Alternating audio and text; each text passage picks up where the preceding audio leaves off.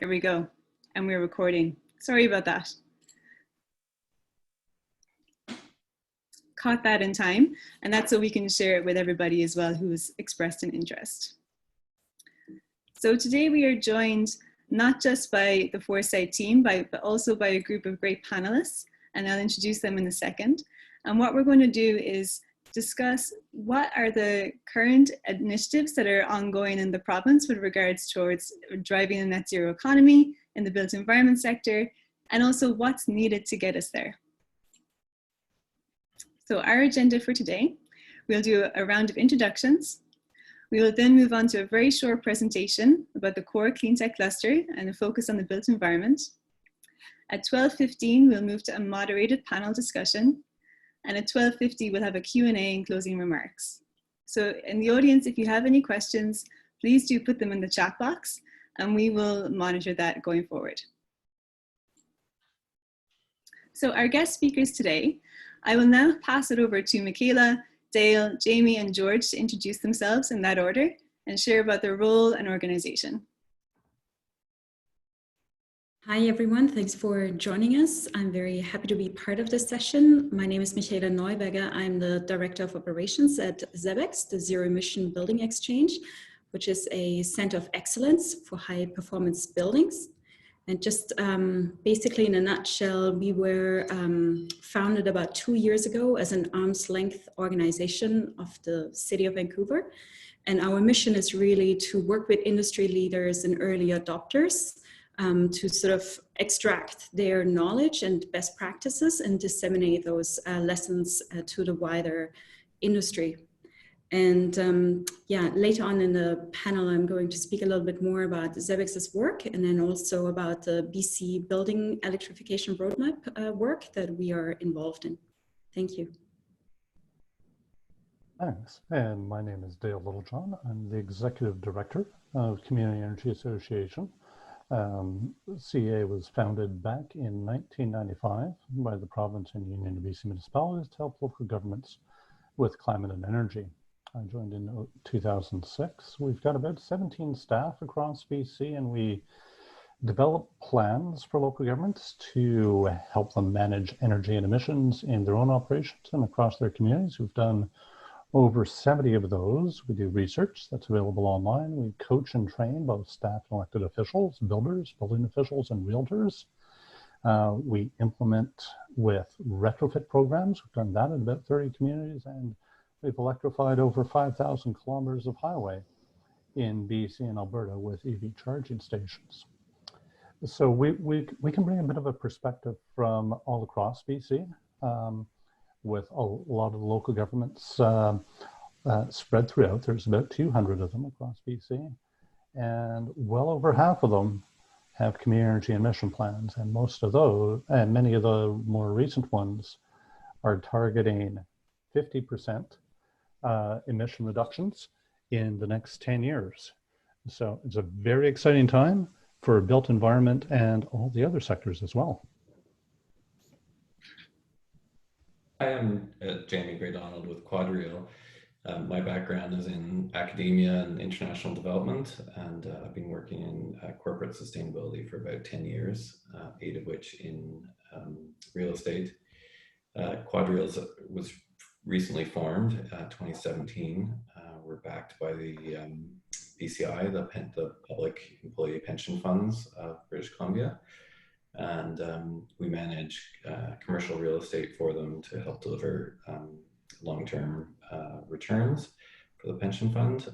Large projects include the Post, Oak Ridge, and several large construction projects in BC.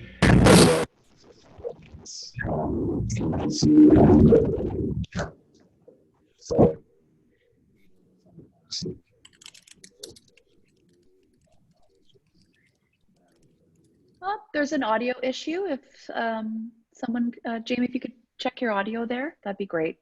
Okay, so is that any better? Yes. Okay, sorry, I think I need to cozy up to the microphone. So we've set an 80% carbon reduction goal for our Canadian operations by 2050, but we've already achieved a 60% reduction. And the next round of reductions is, there are two priorities for us. One is a lot more sensors, a lot more data, and the other is electrification of building equipment. And so we're really excited for innovations to come. Awesome, thank you. And George?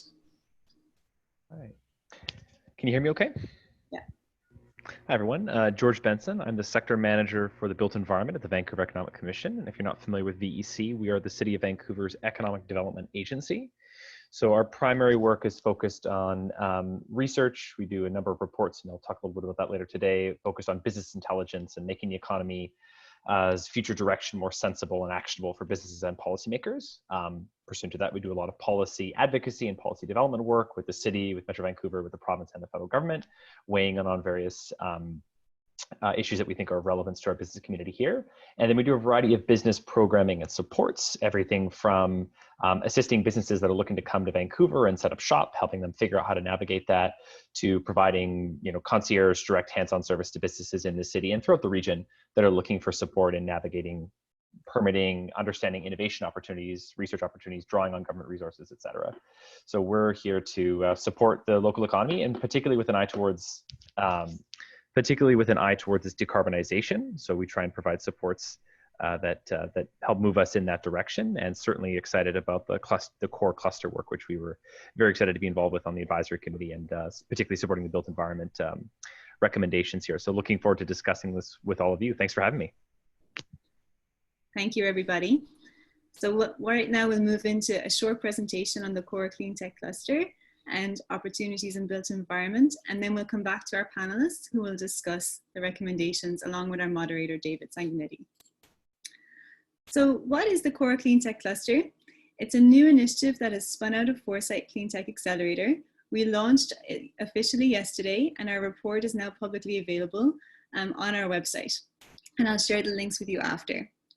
Our mission as an organization is to support a clean economy and position BC as a global center for innovation, talent, and capital to scale clean tech. Our goals are to strengthen local and global partnerships to accelerate activities for a clean economy. We want to showcase BC as a place to invest in clean tech companies and projects across sectors, including built environment and many others too. We are aiming to facilitate and engage stakeholders for impactful collaborative clean tech projects in BC. And this is an example of a way that we're facilitating and engaging with our community. We are looking to foster talent and skills for clean tech commercialization and scale up. And lastly, but not least, we want to promote opportunities and programs to increase international exports. It's a huge market, and it's actually a $2.5 trillion market out there. And there's a lot of opportunity, given the breadth of technology and expertise we have in the province, to be able to capitalize on that. The sectors that the core clean tech cluster are going to focus on include built environment, but also natural resources, including mining and forestry, agriculture and food, energy, transportation, and water. And we chose these 6 sectors because there's a huge opportunity for industry transition to be able to adopt technologies and innovation to support Clean VC goals, as well as IPCC 1.5 degree goals. There's a huge opportunity here. It's not just environmental, we know it's economic as well, and there is a return on investment. And we already see early adopters across these sectors, but we can make it much widely more adopted as well. So over the past few months, we have been interviewing and engaging with industry leaders and SMEs and other key actors in the built environment space. And what we have learned is that there is a huge number of advantages in the sector for BC. We have progressive legislation and incentives to help drive a market for new products for both public and private buildings. And those new products range from, IoT devices, digital, to HVAC systems, to heat pumps, etc. There's also a huge emphasis on low carbon materials as well. We also have a number of clean technology SMEs, and maybe some of them are on the webinar today, who have unique technology and service and product offerings for the sector as well. And that has led to the convergence where there is now emerging demand for green building products. And I'm sure George can speak to that, as he did a study about that recently. And why is the built environment sector so important? Well, it actually has, both the built environment and construction have a huge GHG emission profile that we need to lower if we are looking to meet our net zero carbon economy targets. When we looked into the existing codes and guidance that exist, we saw that the BC STEP code, although not universally adopted, is being adopted by industry and commercial and public buildings for new construction. And this is actually quite great guidance, and industry is really welcoming of that. We see that LEED is also something that's adopted quite as well. And these are all codes, guidance, and standards that industry uses to drive emissions, to drive lower emissions in the sector. We also see the Canadian Green Building Council Zero Carbon Standard being used quite often with single family residential, multifamily, as well as commercial. We see passive house being used primarily in residential. We're seeing more of it being used in public buildings as well, and hopefully commercial as well. And then there are other guidance and codes and standards that people are looking at, such as Fitwell and many others. And we have outlined those in a report that we're happy to share with you after this webinar. After our discussions with industry, a number of recommendations came up, and these were echoed with industry players, but also with our engagement roundtables that we held during the Core Cleantech Cluster engagement sessions back in the fall and winter of 2020. We're learning that we do really need strategy and tactics to help develop the workforce to transition the industry, whether that is at the very, across the value chain, at the very beginning, whether it's about construction, all the way to deconstruction at the end. Whether that's about installation of particularly products and services, or building new types of buildings using different types of materials. We're also looking to recommend to first investigate different types of financing and capital models to be able to support, for example, retrofits or other types of building shell or internal modifications. It is an expensive process. What kind of finance is out there to be able to support that asset transformation? As well as that, the equivalent of having the equivalent of a BC STEP code but for existing buildings. The STEP code today exists for new construction. There is an opportunity for maybe some codes and practices for existing buildings and to drive them towards net zero as well. There's a huge opportunity to amplify our leadership in low carbon building materials. We are a hub for mass timber in North America, and we should be utilizing that to our advantage and making ourselves leaders and promoting that, all around the world and North America as well for mass timber buildings and others. And finally, we recommend coordination of the built environment network. There is a huge number of ecosystem actors who operate in this space who are doing great things. We have early adopters, there's municipalities who are doing great things. There is more opportunity to coordinate and make sure that we're all on the same page and that we're all working towards the same goal. And so I'm going to pass it over to my colleague David, who's now going to lead the panel discussion with the group. David? Thank you, Catriona. So yes, we want to, as Catriona said, dive into these recommendations and get your feedback on them. But just before we do that, each of you has given a brief introduction. I'd like to run through once more through each of you and get your take from your perspective, considering your background on the core cluster and how that's going to impact the built environment. So perhaps, Michaela, you happen to be on the top of my screen, so I'm going to pick on you first. That's great. Yeah, thank you, David. I think something that really resonated with me is what Catriona outlined are the advantages of the built environment in BC, and something that's critical to ZEBEC's operations is really that progressive legislation and the regulation of the built environment that we see, particularly a leadership role that the City of Vancouver plays and that allows ZEBECs to operate. and that the province also increasingly plays. And so for us, I think one of the key sort of coordination efforts, I think, with the core cluster is to continue to advocate for very strong regulation that really drives down the carbon emissions from new construction as well as from existing buildings. And so I have some thoughts on your recommendations as well, but that's kind of one of the high-level points that really stood out for me. And then just generally, one of the roles that ZEBEX also plays is really around the capacity building for industry and to accelerate that learning and knowledge exchange. And so we develop resources for industry as well as a lot of events. Now, mostly, of course, or all of them are online, but normally there's also a lot of in-person workshops and dialogues, but we've been able to transition online and actually have increased our reach through that. Yeah, what I also wanted to just mention is that what is great is that most of our resources and events are almost free of charge or entirely free for our subscribers and for the industry at large, because we're mostly government funded and also funded by other organizations such as BC Hydro and Forest Innovation Investment and so on. Yeah. Yeah, you do have a lot of good resources on your website. I've been pulling some of them up myself for purely personal reasons about looking at a new house. So that's great. I'd recommend those to everybody online. Okay, next, George.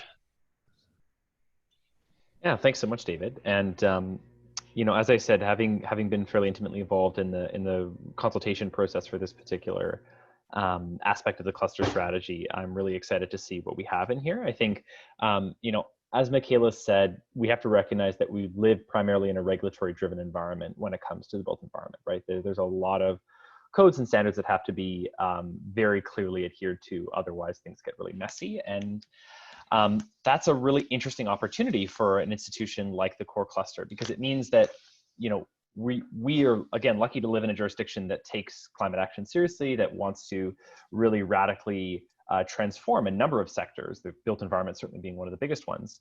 I see the kind of the core value of the core cluster being a kind of interface between the variety of industry initiatives that are ongoing. You know, I was just, when we were in the process of the consultations, we were talking to folks who were in embodied carbon, who were working on electrification, who are working on resilience, who are working on indoor air quality and toxic gases, radon gases, and so on being released during construction process. So there's so much going on in this space. Having a central, you know, forum to coordinate and convene within, I think, would be really powerful and progressive. And within that space, start to take these policies and regulations and broadcast them out to the community as a way to innovate. I think the step code is powerful in the way that it's put together because it provides a clear pathway of where we're going, right? We have a 12, 10 year, depending how you look at it, pathway of regulatory changes that are predictable, that people understand. There's a common language across the province for how those are rolled out, even with the exception of the city of Vancouver having slightly different policies. But having the space having the cluster enable, like be in a position to put forward those regulations and say, how do we innovate to get here? How do we drive value creation in our sector as a result of these codes and regulations? And in my role at the commission, where we're, you know, not only engaging with local businesses, but with global businesses, trying to broadcast the investment opportunity in BC to global manufacturers of heat pumps or low carbon insulation providers. The core cluster provides us an opportunity to plug folks into something, but again, to broadcast where the changes are going and where the innovations are going to be moving. And we think that the competitive advantage of BC is that we are pushing ourselves collectively to be stronger, to be better, to be more innovative, whether that's in electrification or resilience or low embodied carbon materials, et cetera. So that coordination function is key, and this interface between what the regulations are saying and the innovation opportunities that they propose or that they create. I think that's going to be an enduring opportunity and strength for the cluster moving forward. And I would say, you know, just reaching down to some of these other questions you've laid out here, just to preempt them. Let's keep the ambition coming, because that innovation is only going to work, and we're only going to be competitive, and we're only going to meet our climate goals if we continue to go further and farther. And as we develop a culture of innovation in the construction sector more than we already have, I would love to see the cluster and its members start advocating to say, we need to go faster. Let's get there earlier. Let's go harder, because we know that we now have the innovation capacity, the infrastructure to succeed and to compete against other jurisdictions. So I have high hopes for this work, and I'm really excited to continue to stay involved and see where it goes. And I'm really looking forward to hearing what the rest of the folks have to say about it. I hope that's a hopeful start. Excellent, thank you. So that's Vancouver specific. Dale, do you want to sort of spread us out to the rest of the province? Sure, I'd love to. You know, and when we go across the province, you know, there's a lot of enthusiasm and a lot of ambition at the local government level, all across BC, not just around Metro and Vancouver Island, but we work a lot out in the Kootenays. We've done a ton of work out there on step code and on retrofit programs and that. We're working with 3 regional districts out there in the southeastern BC right now on a job creation program that's focused on building industry capacity around retrofits and electrification, particularly in those areas that aren't connected to the gas grid. And that's looking a little different than what we're doing all along Highway 16 up in, I guess, the geographic center of BC, though it's often referred to as northern BC. You know, trying to remove barriers to step code adoption, you know, and getting the right capacity in place. Because, for instance, in Prince Rupert, if you're wanting to get an energy assessment, you might have to get somebody out of Prince George, which is an 8-hour drive away, and that doesn't work. So I think a couple of the big things that the cluster can do is help reach out all across everywhere in BC and really trumpet the message of think big and be bold. Because if you don't, you're going to be left behind.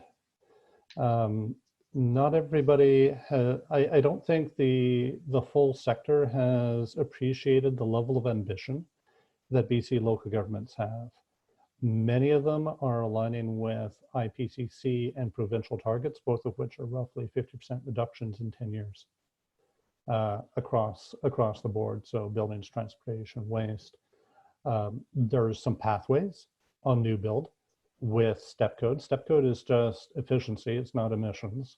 But with the creativity of local governments, they don't have the authority right now to legislate emission targets, aside from Vancouver, but they can strongly encourage certain emission levels through, you know, requiring the highest step and then giving you a relaxation in efficiency if you have a zero carbon system. So I think there's a lot of opportunity there to really reiterate, you know, just how much, you know, not only new construction, I think there's pathways. I think the big challenge that we've got is the existing building stock. There's a lot of good work going on with the electrification working group, which a few of us are on. Fortis is doing has some really interesting plans looking at very high percentages of renewable gas in their pipes over the longer term, but getting some consensus on the path and the math to get towards the emission reduction targets. So 50% in 10 years, 100% in 30, and getting the industry capacity aligned behind that, you know, I think would be one of the big things that, a couple of the big things that the cluster could do. And I can get into recommendations, I guess, if we circle back around on that. Absolutely, we will. Thank you, Dale. And that was a very nice segue, talking about industry, to bring it back to industry. And Jamie, could you give us your take on things, please? Yeah, thank you. Yeah, to pick up on a couple of Dale's points, I think BC is an interesting moment. I look back and see, you know, 2 major innovations that happened. One was with carbon, and in London, UK, with the Carbon Disclosure Project, Inform for the Future, and it sort of internationally projected carbon into the financial realm. And there's a really interesting dynamic happening there.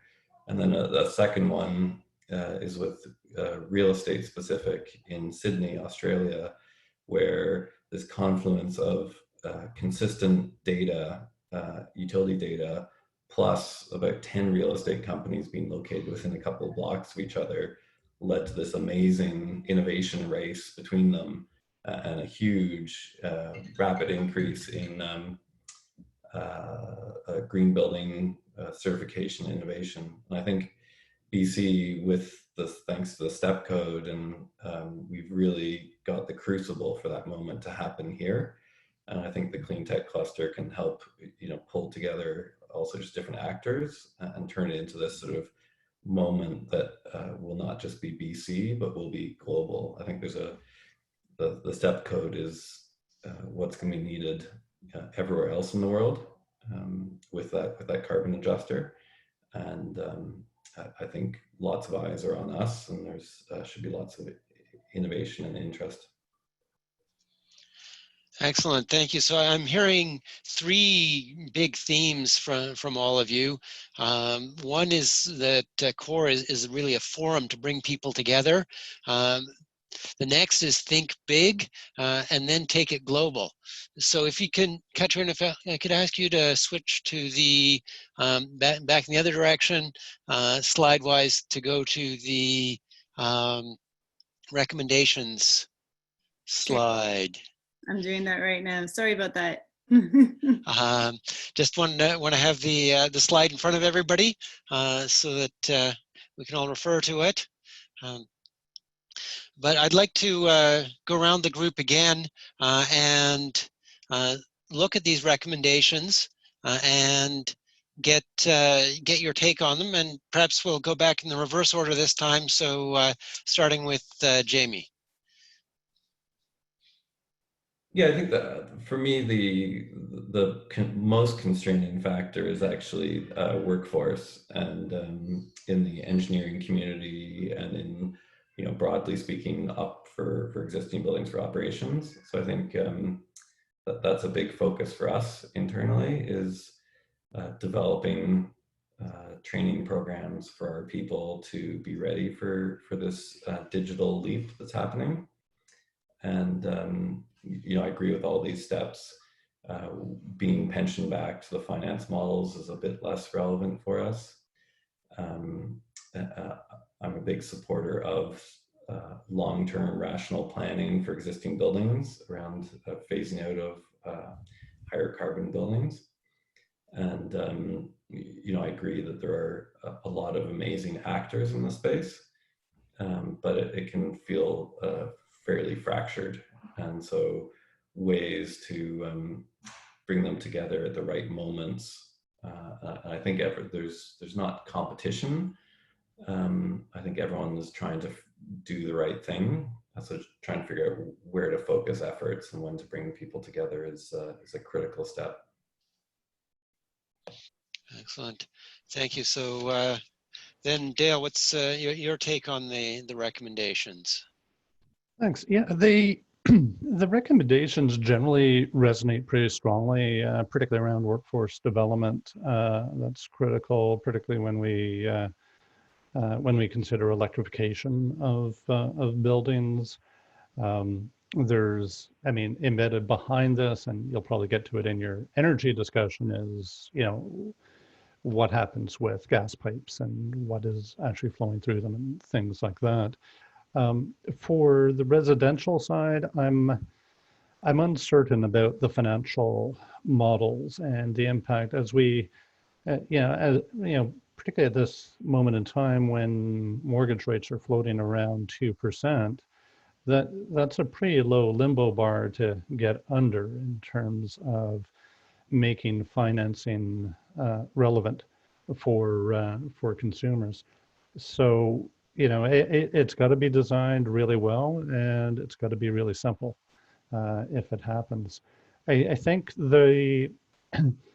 one element that we could perhaps add in there is greenhouse gas intensity indicator in STEP code.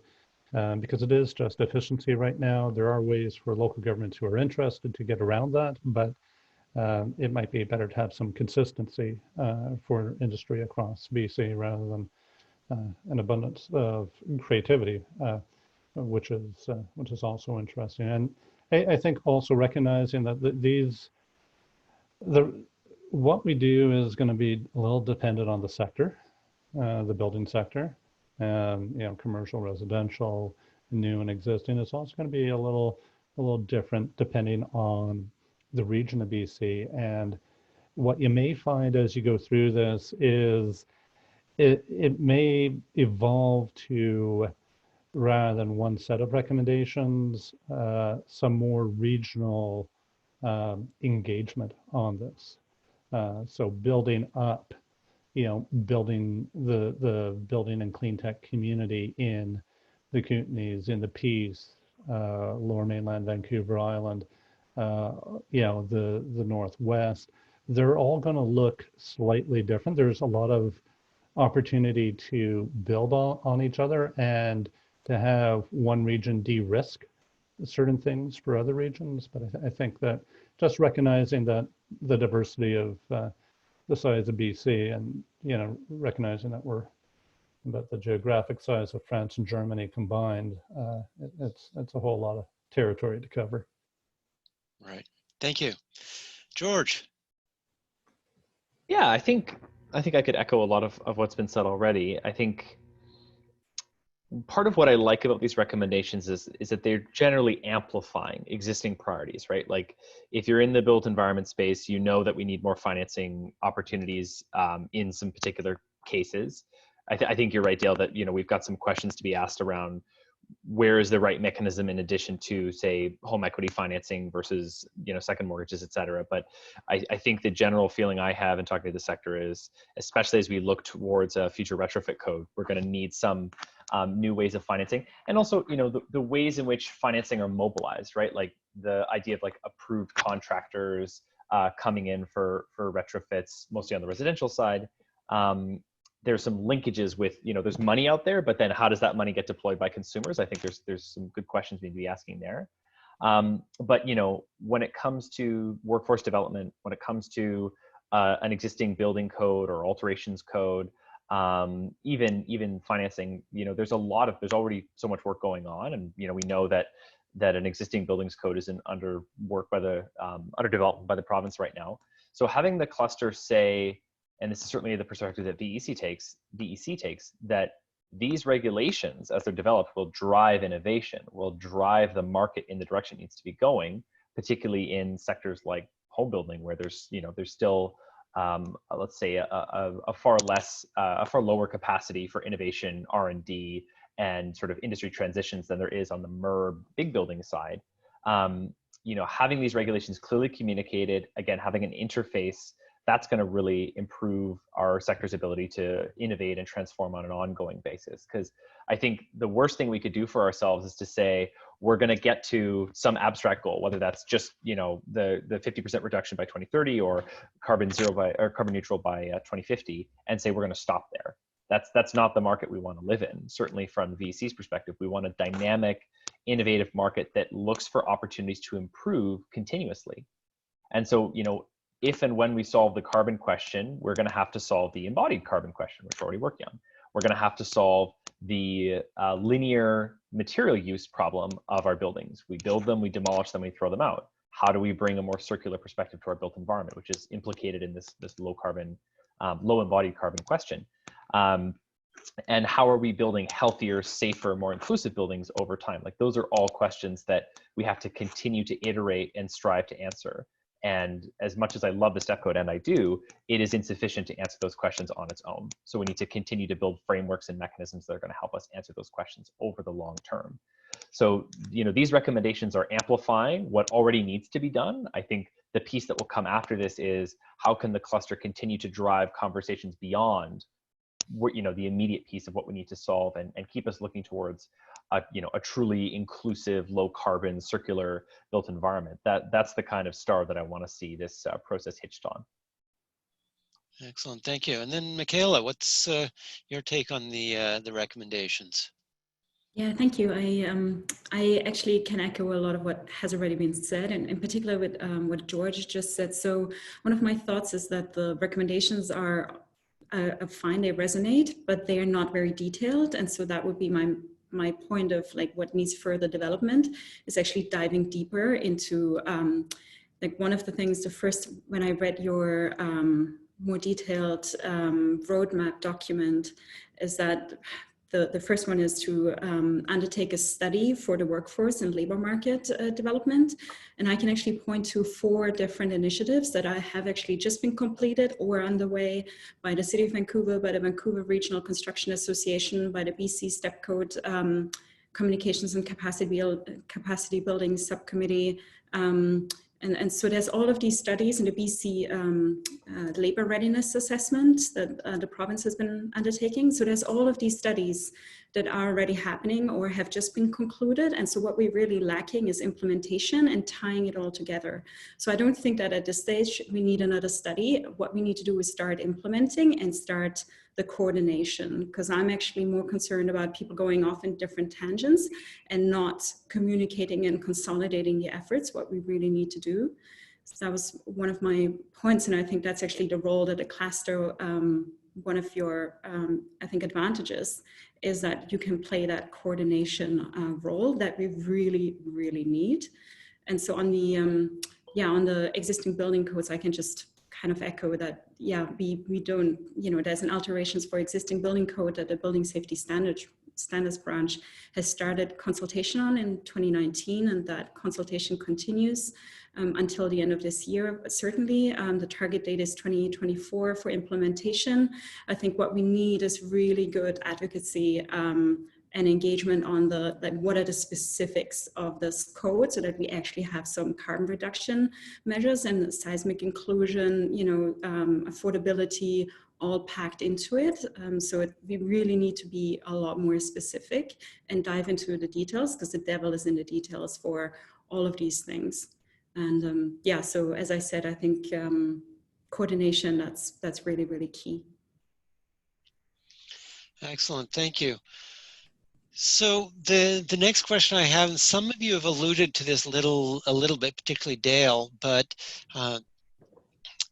are these recommendations ambitious enough to meet Clean BC goals and to meet the IPCC 1.5 goals? So it's all very well for us. I think everybody's acknowledging these are moving in the right direction, but are they going to move us fast enough and far enough?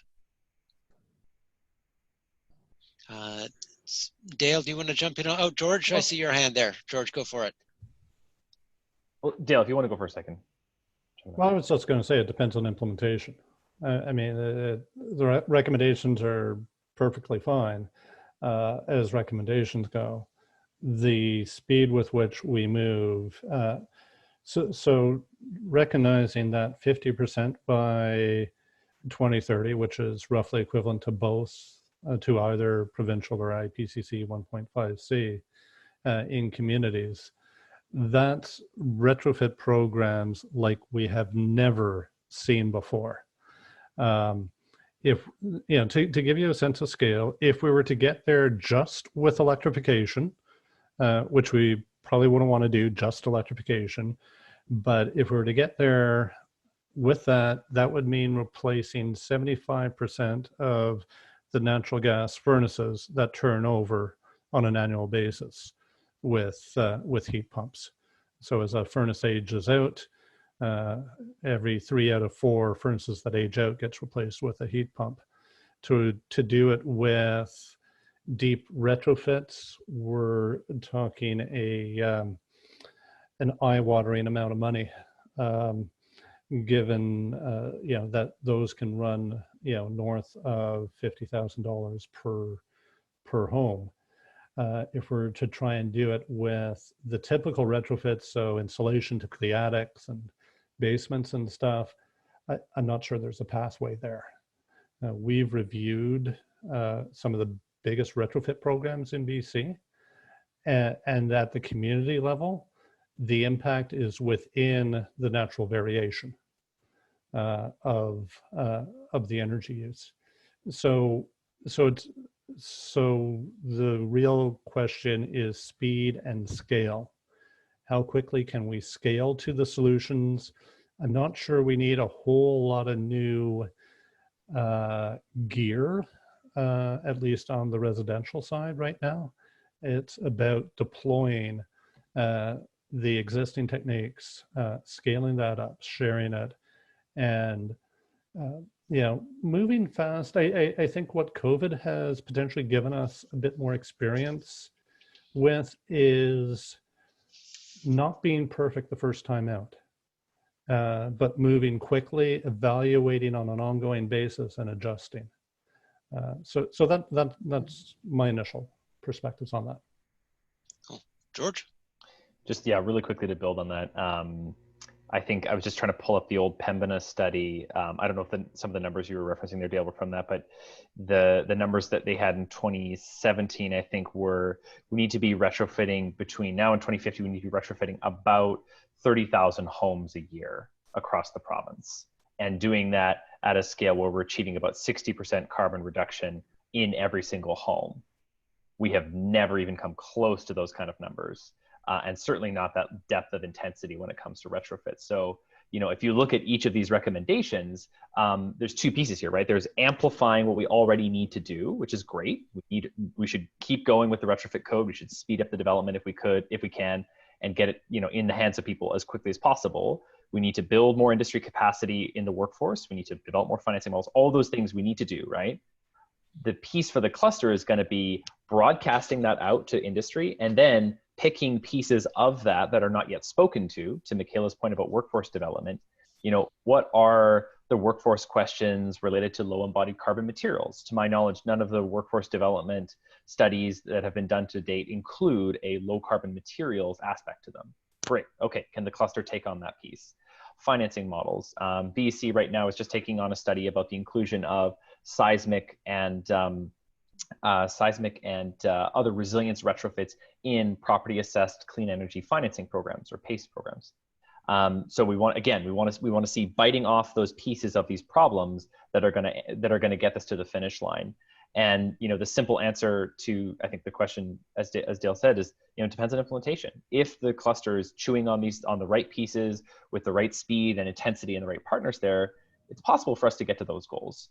But if we see this as a kind of a niche exercise where we're just talking shop and I was talking about like bringing people together in coordination. It's coordination towards action, right? We don't want to just look at each other's brochures and do the occasional PowerPoint. We want to like drive towards the kind of reductions we're looking at, and that means being strategic and, as I say, biting off pieces that are going to meaningfully advance this. So I think they're good. We should do them. We should be strategic about how we do them, and we should certainly fund and resource them in a way that they're going to get done on the kind of time scales we need to get done. Because as the retrofit example shows us, 30,000 homes in a year is a lot, and we haven't come close to that. So we've got a lot of work to do. Perfect, thank you. Now we do have some questions coming in the Q&A, but just before we get to those, I'd like to get the sort of more institutional large building take on this. There's a lot of the conversation has really been touching on residential. So Jamie, what's your take on this? I think for the Class A buildings, large office buildings, shopping malls, the pathway is achievable. I think that there are great programs from BC Hydro and Fortis, but we see heat recovery, heat pumps, and electric boilers and energy efficiency measures, the range of these.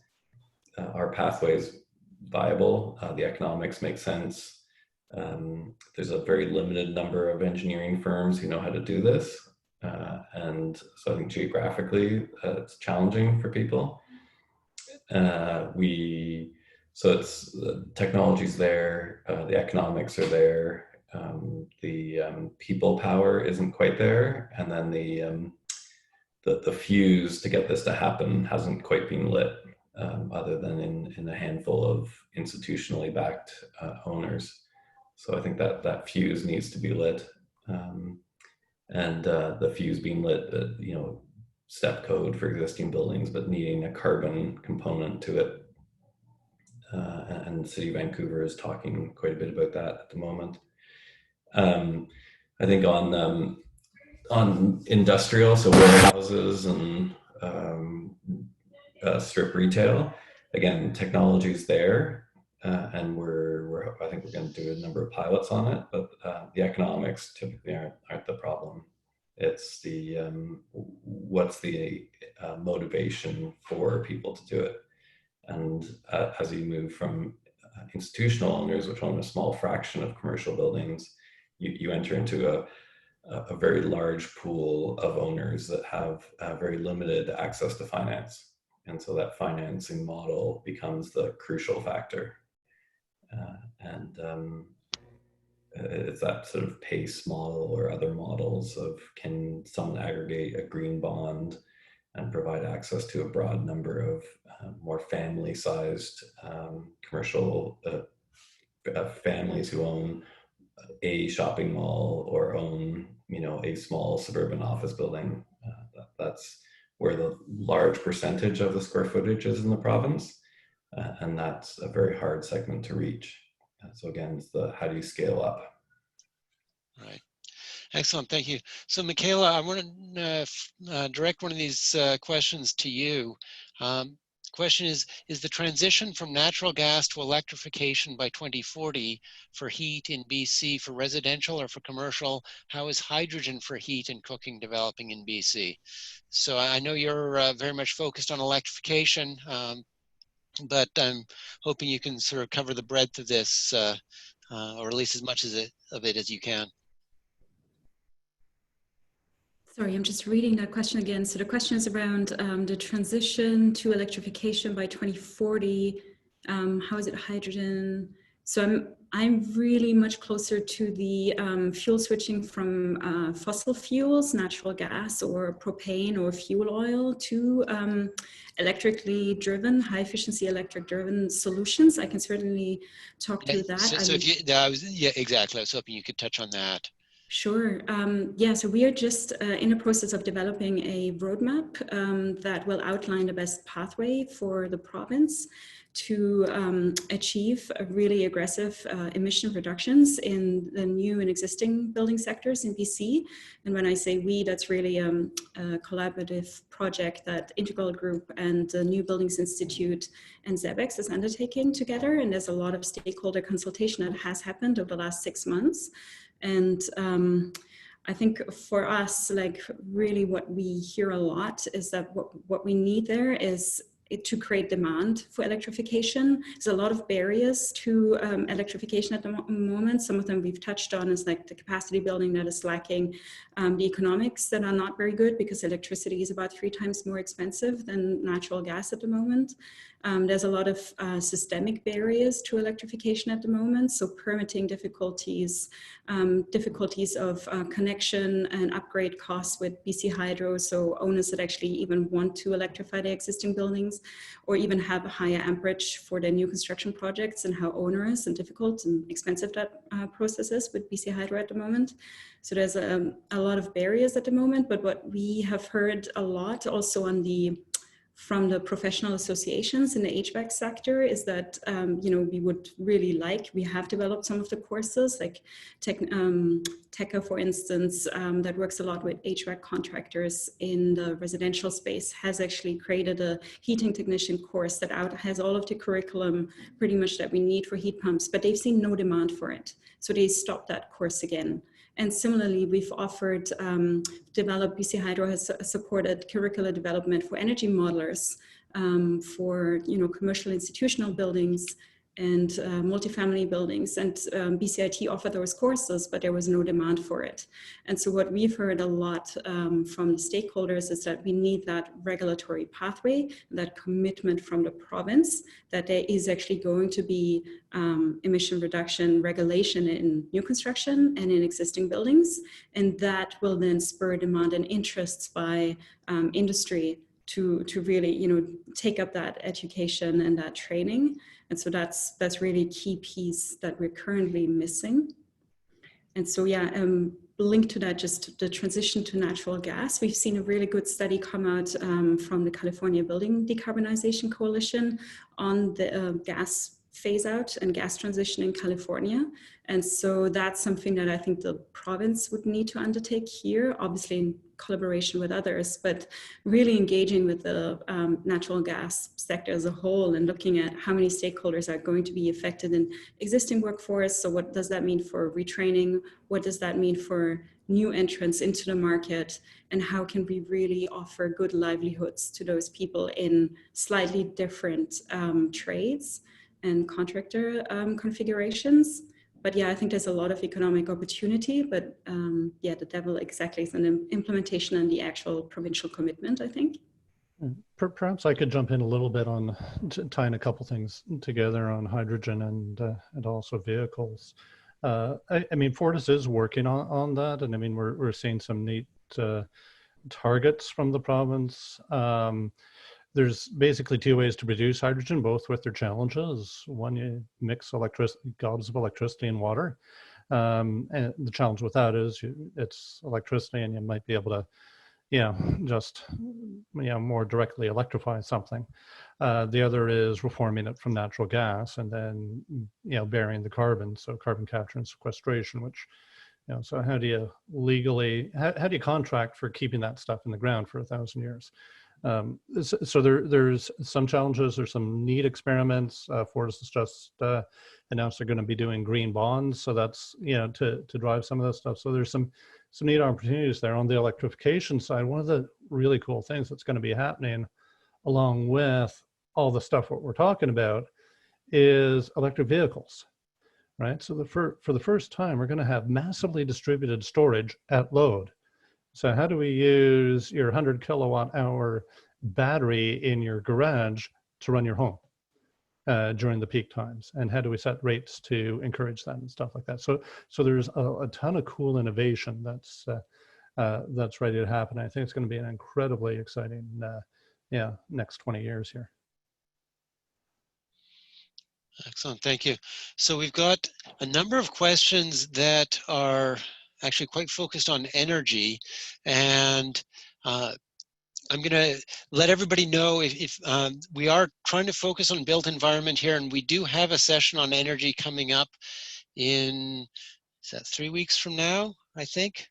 I think it's 3 weeks from now. We're going to be touching on energy, and so that's, these questions on solar and wind, and hydrogen, those will really dive into those details in 3 weeks' time. I'm just happy to comment very briefly on the solar question, okay, sure. And just because it's something that we've heard also a lot from stakeholders around building electrification. It's not just centralized electrification that we need, but also distributed generation, and in particular in rural communities in BC that actually face a lot more power outages and longer power outages.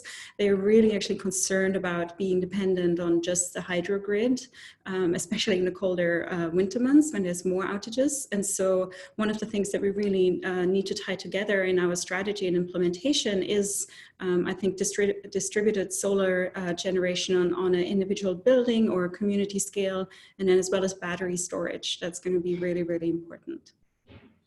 Okay, excellent. Thank you. Okay, and then actually there was a question here. George, you answered David from COSIA, but I think you just answered it to the panelists. I don't think that will apologies, David. I can just quickly speak to that. Please. I was saying that there's an obvious win for British Columbia here as it relates to the bioeconomy. We're blessed with a well-managed array of forestry assets across the province, and of course Canada is across the country. We think there is a clear, I think, opportunity for us to, we like to say at the Commission, repatriate some of our supply chains from overseas and bring a little bit of manufacturing home to those providers. There are many challenges in that supply chain if we're going to actually deliver on that. We've got colleagues here from Forestry Innovation Investments. They know plenty about that. But it is an opportunity that's on the horizon, and I think we should seize upon it. That being said, the regulations the City of Vancouver is developing, and I think most other jurisdictions that consider this as well, are agnostic to materials. the interest is in low embodied carbon materials. We are not going to get rid of concrete tomorrow. We are not going to get rid of aluminum extrusions in our windows, et cetera, et cetera. These materials are going to be with us. The question is, how do we get to the lowest possible, and ideally zero, carbon intensity in those materials? And I was mentioning Norsk Hydro has an aluminum extrusion division that does 99% recycled aluminum window frames. So those are kind of material innovations. Rio Tinto in Canada has done some great work decarbonizing some of their facilities. So that can happen, but there's a little ways to go there. I think the energy question on the sort of transferable piece is an interesting one. I think Alberta has some interesting things to teach us as far as like a more deregulated power market are concerned, but I think I continue to be really happy that in Vancouver and throughout British Columbia, we're taking broadly a performance-based approach. So we're not saying thou shalt have solar panels on thy rooftop. We're saying get us to a lower kilowatt intensity per meter squared of buildable space. Get us to a lower GH or greenhouse gas intensity score per meter squared of buildable space. If my hope is, and I think we're seeing this, that we will continue to see innovations on the basis of that performance pathway. And therein, I think, lies the lessons for other jurisdictions, is to choose performance-based pathways and see what kind of innovations come out of that. Excellent. We're just about out of time. We have one question here that if somebody has a really quick comment on affordability, that it's always an important question. So does it, Michaela? Yeah, very briefly, it's come up a lot in our engagement and it's a key question. And so we know that we need much better incentives that actually really look at building system incentives and not just focus on GHG reductions as such, but like looking at the shell, the envelope, the windows upgrades, and then a mechanical system, and sort of much better holistic incentives tied with financing models for small scale residential buildings. And then of course, there's a lot working with BC non-for-profit housing and BC housing on the sort of multifamily buildings. But yeah, there's a lot of support needed also for private building owners and even stratus. So affordability is absolutely key. Excellent, thank you. So we are now at 1 o'clock. There's clearly more discussions that can happen and hopefully will happen. The key message that I'm taking away from this, other than there's lots of work still to be done, is that there is an enthusiasm to do it, which is really heartening. And I hope to bring everybody together further to push on that. Clearly, there is work being done, but it needs coordination, and hopefully CORE can step up and help with that, whether it's coordination on the labor studies or just acting as an advocate. Helping to push both the speed and the scale of the work. So thank you very much to our panelists, Dale, Michaela, Jamie, and George. Definitely appreciate all of your input. And to everybody else who's here, we are going to be back same time, same place next week, and talking about natural resources with a focus on mining, which is something that I have a personal interest in, the electrification of mining. So there we go. It's going to be a slightly different topic, but also quite important for this province. So once again, thank you to everybody, and hope to see you again, whether at a CORE event or some other Foresight sponsored function. Great, thank you, David. Thank you, everybody. If you're looking for the website for CORE Cleantech, it's right here on the slide. Speak to you soon. Bye.